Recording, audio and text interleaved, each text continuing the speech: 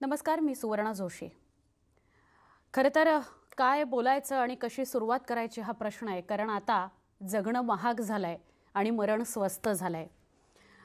कोरोनाच्या काळामध्ये आरोग्य व्यवस्था दाणगी नाही, एखाद्याला बेड मिळत नाही म्हणून त्याच्या समोर मरण येतं, इमारत कोसळते म्हणून मरण येतं, खड्ड्यांमध्ये बाईक जाते, अपघात होतो आणि म्हणून मरण येतं। म्हणजे सरते शेवटी जगणंच महाग झालंय आणि मरण अगदी स्वस्त झालंय। याच विषयावर बोलूया। यातनं काही तोडगा निघणार आहे का? इमारतींच्या मोडकळीस आलेल्या धोकादायक असलेल्या इमारतींचा प्रश्न मार्गी लागणार आहे का? खरंच आपले स्थानिक प्रतिनिधी ज्यांना आपण निवडून दिलेलं आहे ते याविषयी गंभीर आहेत का? का त्यांना जीव गेलेले चालणार आहेत पण फक्त जबाबदाऱ्या झटकत बसायचं आहे? या सगळ्या अनुषंगाने आपल्याला या कार्यक्रमात बोलायचं आहे। सुरुवात करूया, मात्र अर्थातच विषय मरणाच्या दारात।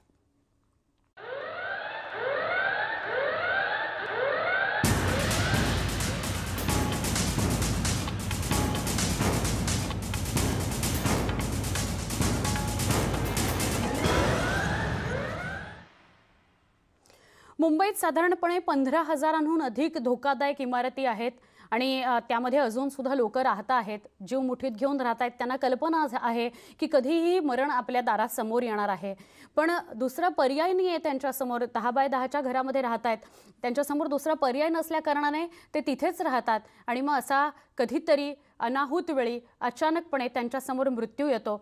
कालची ही घटना, ही दृश्य अजून सुद्धा मदतकार्य सुरू आहे।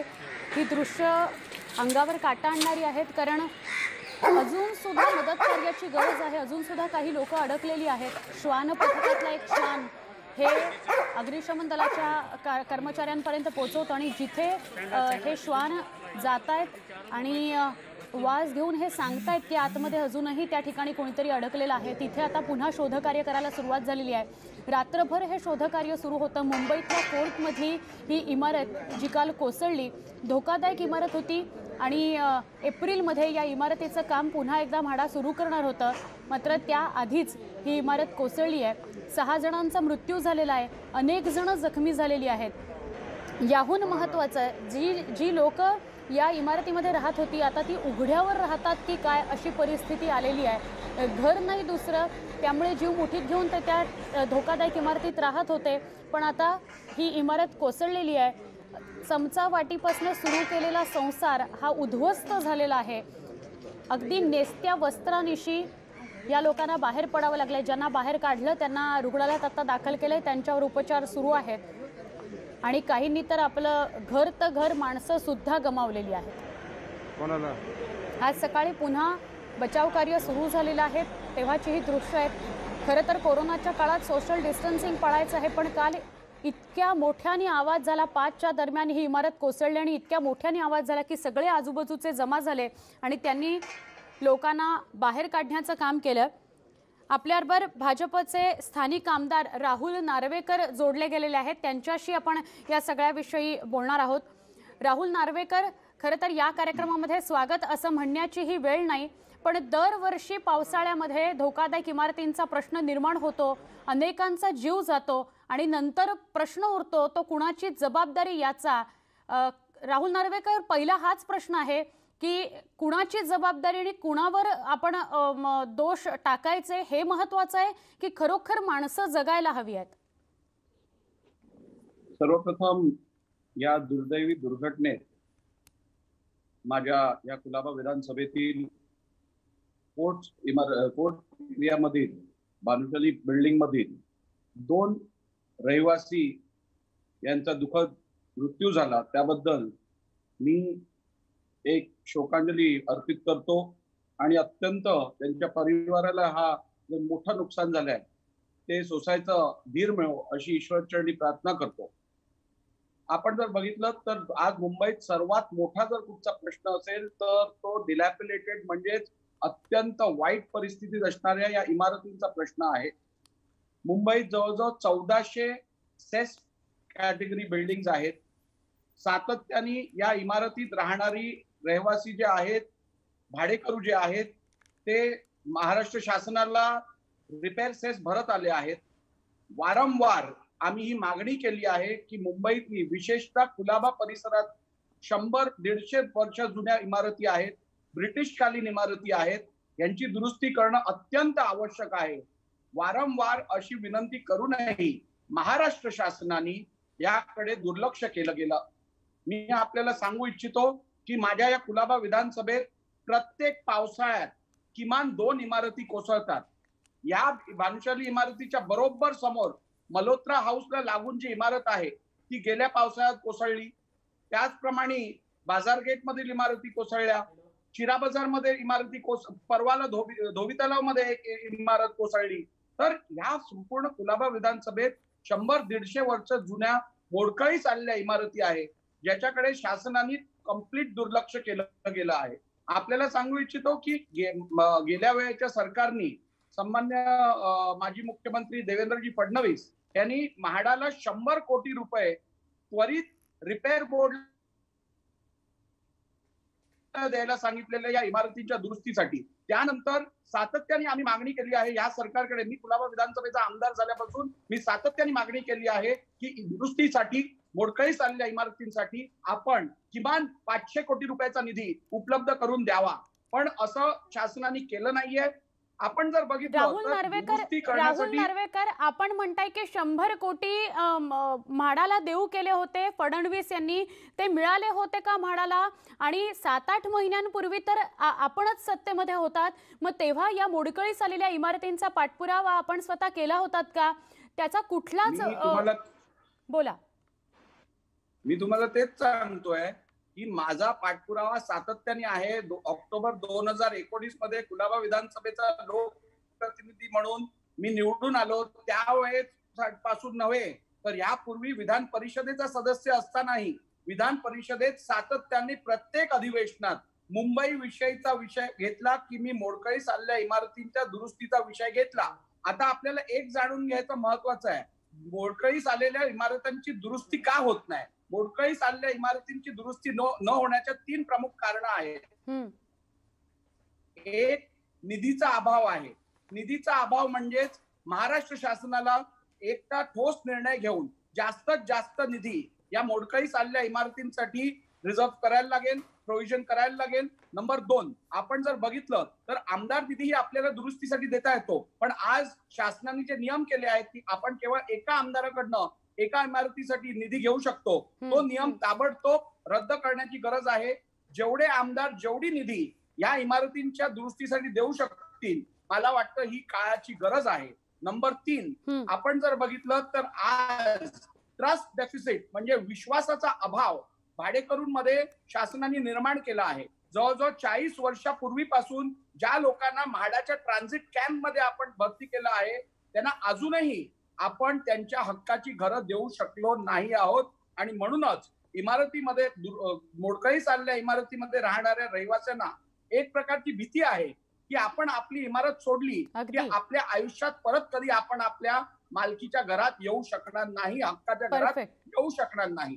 त्याचप्रमाणे जर आज आपण म्हाडाच्या ट्रान्झिट कॅम्पची परिस्थिती बघितली तर अत्यंत दयनीय परिस्थिती आहे. एखाद्या झोपडपट्टीपेक्षा गलिच्छ परिस्थिती ही म्हाडाच्या ट्रान्झिट कॅम्पची आहे. ट्रान्झिट कॅम्पची परिस्थिती वाईट आहेच आणि म्हाडाकडे पुरेसे ट्रान्झिट कॅम्प पण नाहीयेत. मुंबईतल्या इमारतींची दुरुस्ती हाती घेतल्यानंतर त्या इमारतींमधील रहिवाशांना स्थलांतरित करण्यासाठी. नार्वेकर, अगदी सत्य कथन तुम्ही करताय. मूळ तिसरा मुद्दा हाच आहे की अजूनही धोकादायक इमारतीमध्ये लोक याचसाठी राहतात कारण त्यांना घराबाहेर पडायचं नाही, त्यांना वाटत नाही की आपल्याला पुन्हा हे घर मिळेल. मग हा प्रश्न जर गेली 40 वर्ष असेल तर त्यावर गेली 40 वर्ष फक्त आपण पक्षाचं राजकारण करत बसणार का? त्यातनं तोडगा निघू शकला नाही? नाही, मी आपल्याशी सहमत आहे.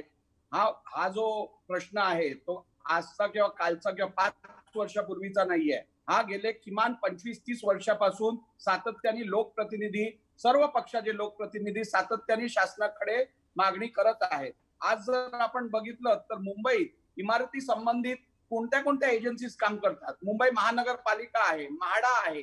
तर या मुंबई महानगरपालिकेच्या नाका समोर असणाऱ्या फोर्ट मधल्या इमारती जर कोसळत असतील तर मुंबईत राहणारे जे रहिवासी आहेत ते किती सेफ आहेत, किती सुरक्षित आहेत याबद्दलची कल्पना आपल्या सर्वांना आलीच असेल. मला वाटतं वेळ आली आहे की आपण आपले राजकीय अजेंडे बाजूला ठेवून सर्व मुंबईतील आमदारांनी एका आवाजाने मोडकळीस आलेल्या इमारतींसाठी या अधिवेशनातच शासनाकडनं तरतूद करून घेणं अपेक्षित आहे. मी या कार्यासाठी स्वतःला अर्पित राहणार नव्हे, तर मी शासनाकडनं मोडकळीस आलेल्या इमारतींसाठी लागणारा निधी मंजूर करून घेणारच. नक्की. आपण हे आश्वस्त करताय न्यूज 18 लोकमतवर की तुम्ही हे करून घ्यालच आणि तुम्ही अजून सुद्धा म्हणजे चर्चेला सुरुवात झाल्यापासून अजून सुद्धा असं म्हणालेलं नाहीयेत हे जास्त बरं आहे की ह्याची चूक आहे, बीएमसीची चूक आहे, बीएमसीने अजून केलं नाही, बीएमसीने करायला हवं होतं. कारण दुसऱ्यावर सतत टीका करत राहण्यापेक्षा आपण काय करू शकतो हे जास्त महत्त्वाचं आहे. आणि तुम्ही जी भूमिका घेऊन आता बोलत आहात तीच भूमिका खरं तर सगळ्या लोकप्रतिनिधींची असायला हवी आहे. पण तरी प्रश्न उरतोच की मग म्हाडा असो किंवा वेगवेगळ्या यंत्रणा असो त्यांच्या माध्यमातनं हा राहणाऱ्या रहिवाशांमध्ये जो अविश्वास निर्माण झालेला आहे की आपण जर घराबाहेर पडलो तर आपल्याला पुन्हा घर मिळणार नाही आणि ट्रान्झिट कॅम्पमध्येच आपलं शेवटचं उरलेलं आयुष्य निघून जाईल. तर हा विश्वास मग पुन्हा कसा निर्माण करायचा, त्यासाठी काय करता येईल आणि निधी आणून एखादी इमारत पुन्हा उभी करणं आणि तिथे लोकांना पुन्हा पुनर्वसन त्यांचं करणं हे कधी शक्य होईल? नाही, ह्याकरता बघा माझ्या मते 2-3 धोरणात्मक निर्णय पण घेणं आवश्यक आहे. आज रिडेव्हलपमेंटचा जो विषय आहे त्याबद्दल लोकांमध्ये किंवा डेव्हलपर्स मध्ये एक प्रकारची उत्सुकता दिसत नाही. त्याचं मुख्य कारण असं आहे की लँडलॉर्ड्स पण जे आहेत त्यांच्याकडनं कोऑपरेशन बऱ्याचशा वेळेला मिळत नाही. आता फोर्ट सारख्या परिसरात आपण जर बघितलं, फोर्ट असेल, शिरा बाजार असेल, गिरगाव असेल, कुलाबा वाडी असेल, कुलाबा मार्केट असेल, या सगळ्या परिसरात आपण जर बघितलं तर इतक्या जुन्या इमारती आहेत, 4 ते 6 मजल्याच्या इमारती आहेत. अजूनही या इमारतींमध्ये साधी लिफ्ट बसवता येत नाही. त्याचं कारण आहे की आपले डीसीआर मध्ये जे प्रोव्हिजन्स आहेत, ज्या तरतुदी आहेत त्यासाठी त्याची अंमलबजावणी करण्यासाठी सामान्य भाडेकरूला ते शक्य नाहीये. आपल्याला लँडलॉर्डची एनओसी मिळवायला 10 आणि 20 वर्ष जातात. अतोनात पैसा ओतायला लागतो. तर हे काय सगळ्यांनाच शक्य नाहीये. तसंच रिपेअर्ससाठी पण जर म्हाडाकडनं सहकार्य मिळत नसेल तर कसं काय सामान्य भाडेकरू जो जेमतेम मिडल क्लास किंवा लोअर मिडल क्लासला बिलॉंग करतो तो कसं काय याचा रिपेअर्स करू शकेल, हा प्रश्न याचा आपण विचार करायला पाहिजे. माझ्या मते आज वेळ आहे आपण सगळ्यांनी एकत्र येऊन कायद्यात ज्या तरतुदी आहेत, डीसीआर मध्ये ज्या तरतुदी आहेत त्यात फेरविचार करून बदल करणं, त्याचबरोबर निधी उपलब्ध करून देणं आणि त्याचबरोबर एक प्रकारे भाडेकरूंच्या बाजूनी जो कायदा बनायला पाहिजे पुनर्विकासासंदर्भित त्याबद्दल विचार करून आपण या कायद्यात सुधार आणणं अत्यंत आवश्यक आहे असं मला वाटतं. नक्की. धन्यवाद राहुल नार्वेकर, आपण सविस्तर बोललात न्यूज 18 लोकमतशी त्याबद्दल. जसं राहुल नार्वेकर सांगतायत की फक्त टीका करून, आरोप प्रत्यारोप करून आणि जबाबदारी निश्चित करून दोष कोणाचा आहे अशा सगळ्या गोष्टी आत्ता चर्चेत आणून उपयोग नाही.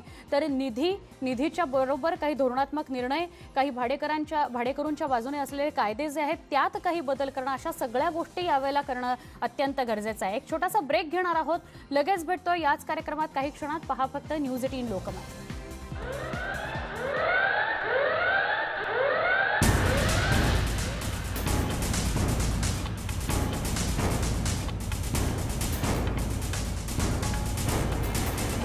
पुन्हा एकदा स्वागत कार्यक्रमामध्ये. गुरुवारी संध्याकाळी म्हणजे काल संध्याकाळी 5च्या दरम्यान मुंबईतल्या फोर्ट या परिसरातली एक साधारणपणे 100हून अधिक वर्ष जुनी इमारत, भानुशाली असं तिचं नाव, हिचा काही भाग कोसळला. 5 मजली ही इमारत धोकादायक म्हणून ही आधीच जाहीर करण्यात आलेली होती.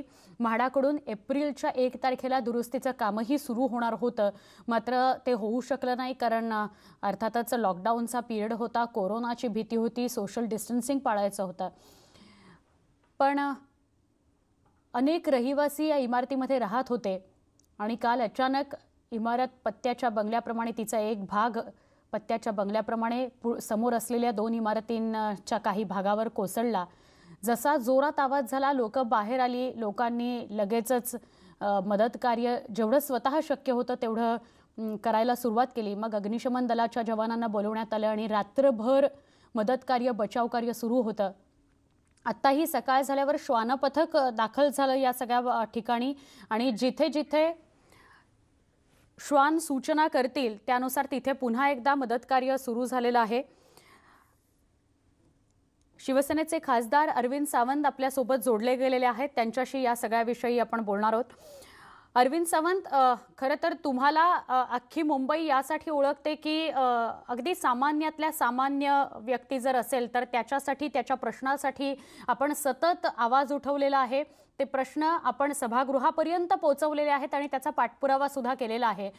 मुंबईतल्या ज्या मोडकळीस आलेल्या इमारती आहेत, ज्या धोकादायक इमारती आहेत, ज्या लगेच रिकाम्या करणं गरजेचं आहे आणि लोकांना वाचवणं गरजेचं आहे, अशा सगळ्या इमारतींविषयी तुम्ही काय सांगाल?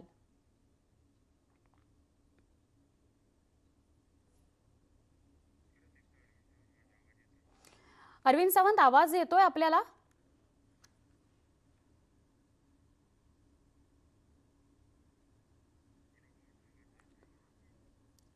अरविंद सावंत आपल्याबरोबर जोडले गेलेले आहेत. त्यांचा आवाज आपल्यापर्यंत पुन्हा एकदा नीट पोहोचेल असा आपण प्रयत्न करूया. त्यांच्याशी आपण याच सगळ्या विषयावर बोलतो आहोत की सातत्यानं ते अनेक प्रश्न मुंबईचे मांडत असतात सभागृहामध्ये सुद्धा आणि सभागृहाबाहेर सुद्धा. अरविंद सावंत, आपल्याला आवाज येतोय?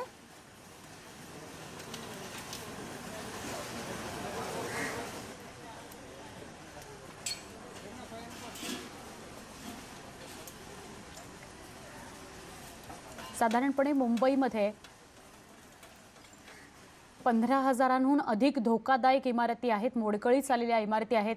आत्ताही अशा अनेक इमारती आहेत ज्यांना नोटीस सुद्धा पाठवण्यात आलेली आहे की त्या रिकाम्या करण्याची गरज आहे. पण भाडेकरू राहत असलेली लोक तिथून सोडून जात नाहीत, कारण त्यांना पुन्हा आपण या घरात परत येऊ का अशी शंका असते. पुनर्वसनाच्या ज्या क्रिया आहेत किंवा जी प्रक्रिया आहे ती वर्षानुवर्ष तशीच टांगती राहते. ट्रान्झिट कॅम्पमध्ये राहावं लागतं लोकांना वर्षानुवर्ष आणि या भीतीने जीव मुठीत घेऊन अशाच धोकादायक इमारतीमध्ये लोक राहत आहेत.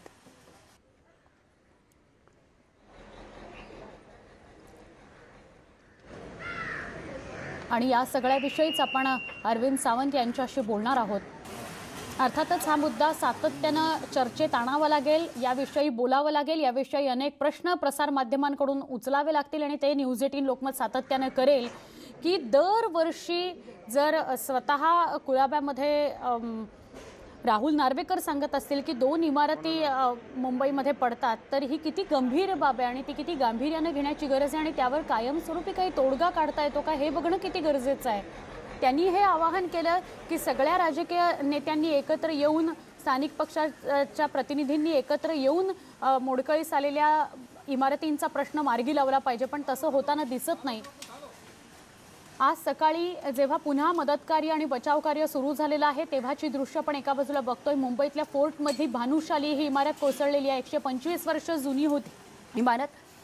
खासदार अरविंद सावंत दूरध्वनीवरून आपल्याबरोबर जोडले गेलेले आहेत. अरविंद सावंत, पहिला प्रश्न हाच आहे की इतकी वर्ष आपण या मोडकळीस आलेल्या इमारतींचा प्रश्न चर्चेत आणतो. एखादी इमारत कोसळते आणि त्यात जीव जातात तेव्हा आपण त्यावर चर्चा करतो, पण सातत्याने याविषयी पाठपुरावा का होत नाहीये? मला वाटतं प्रश्न तसा गुंतागुंतीचा आणि गहन पण आहे. मी 6 वर्ष झाली लोकसभेत माननीय पंतप्रधानांनी पक्क्या घराचा वादा केला तेव्हा मी असं म्हटलं की पक्क्या घराचं गरिबांना, झोपड्यांना पक्कं घर देणे अतिशय स्वागतार्ह आहे, अभिनंदनीय आहे. पण त्याचबरोबर जी पक्की घरं 100 वर्ष जुनी झालेली आहेत ती कोसळतायत, त्यांच्याबाबत सरकार काय करणार आहे? केंद्र सरकार, तुम्ही काहीतरी पुढाकार घेतला. राज्य सरकारला त्याच्या मर्यादा येत आहेत पैशाच्या संदर्भातल्या, आर्थिक बाबीतल्या.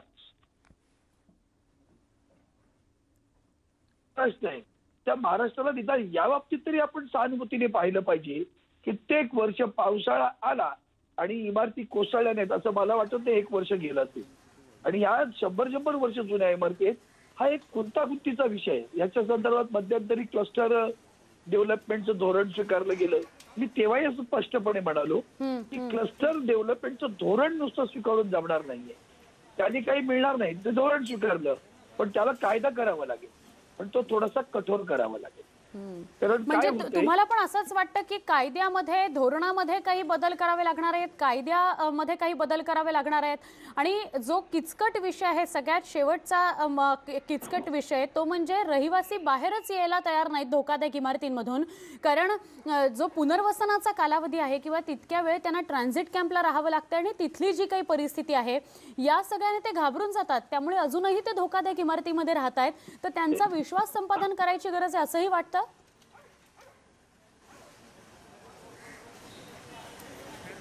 की तरतुदी करून घ्या गेलं. काही इमारती झाल्या, परंतु 33-7 मध्ये या जुन्या इमारतीचा विकास करताना विकासकांनी अर्धवट काम सोडून पळून गेले ना अनेक ठिकाणी. सुरुवातीला 2-2 वर्ष किंवा वर्षभर भाडं दिलं, मग आता भाडंही नाही आणि घरही नाही, त्यांची अवस्था घर का नाही और घाट का भी नाही आहे. आणि ते सगळे अनुभव पदरी लोकांचे असल्यामुळे लोक विकासकाच्या नादी लागून त्याच्यावर विश्वास ठेवायला तयार नाही. नाही, पण सावंत पूर्वीही आपण सरकारमध्ये होतात, आताही आपलंच सरकार आहे, बीएमसी आपल्याकडे, आणि तुम्ही तर तुमचं पद देऊन सरकार आणलंय. मग असं असताना या 7-8 महिन्यांमध्ये तरी काही पाठपुरावा झाला का अशा मोडकळीस आलेल्या इमारतींचा? मला वाटतं मागच्या सरकारमध्ये असू दे कुठले, आम्ही त्या सरकारमध्ये होतो. तत्कालीन उद्योग मंत्री आमच्या मुंबई शहराचे पालकमंत्री होते माननीय नामदार सुभाष देसाई सर. त्यांनी का खूप पुढाकार घेतला आणि याच्या 2-3 अगदी मोठ्या जाहीर बैठका झाल्या हॉलमध्ये. लाल लजपतराय कॉलेजच्या हॉलमध्ये मोठी बैठक झाली. चंद्रशेखर प्रभू सारख्या माणसानं सुद्धा तिथे आणलं गेलं, त्यांची एक समिती करून ठरवली. पण इतका किचकट विषय की तातडीने सोडवला जाणार नाही. आता राहिला प्रश्न की समजा गिरगाव धरूया किंवा लालबाग. नक्की अरविंद सावंत आपल्याशी बोलत होते, पण त्यांचा सलग आवाज आपल्यापर्यंत पोहोचत नाहीये. सगळ्यात महत्त्वाचं हेच आहे की हे काही जे गंभीर प्रश्न आहेत, मग खड्ड्यांचा प्रश्न असो किंवा मोडकळीस आलेल्या इमारतींचा, त्यातून कुठेतरी गांभीर्यानं हा विषय घेऊन त्यातून कुठेतरी मार्ग काढणं गरजेचं आहे. आणि त्यासाठी सगळे लोकप्रतिनिधी एकत्र येऊन त्यांनी चर्चा करणं गरजेचं आहे. फक्त आरोप प्रत्यारोप करून होणार नाही, दोष निश्चित करून होणार नाही, आणि कारवाई त्या व्यक्तींवर होणार नाही. काहीतरी ठोस निर्णय मात्र घ्यावा लागेल. जाताना फक्त 2च ओळी, इतकेच मला जाताना सरणावर कळले होते, मरणाने केली सुटका, जगण्याने छळले होते. कार्यक्रमात इथेच संपतोय. पहा फक्त न्यूज 18 लोकमत.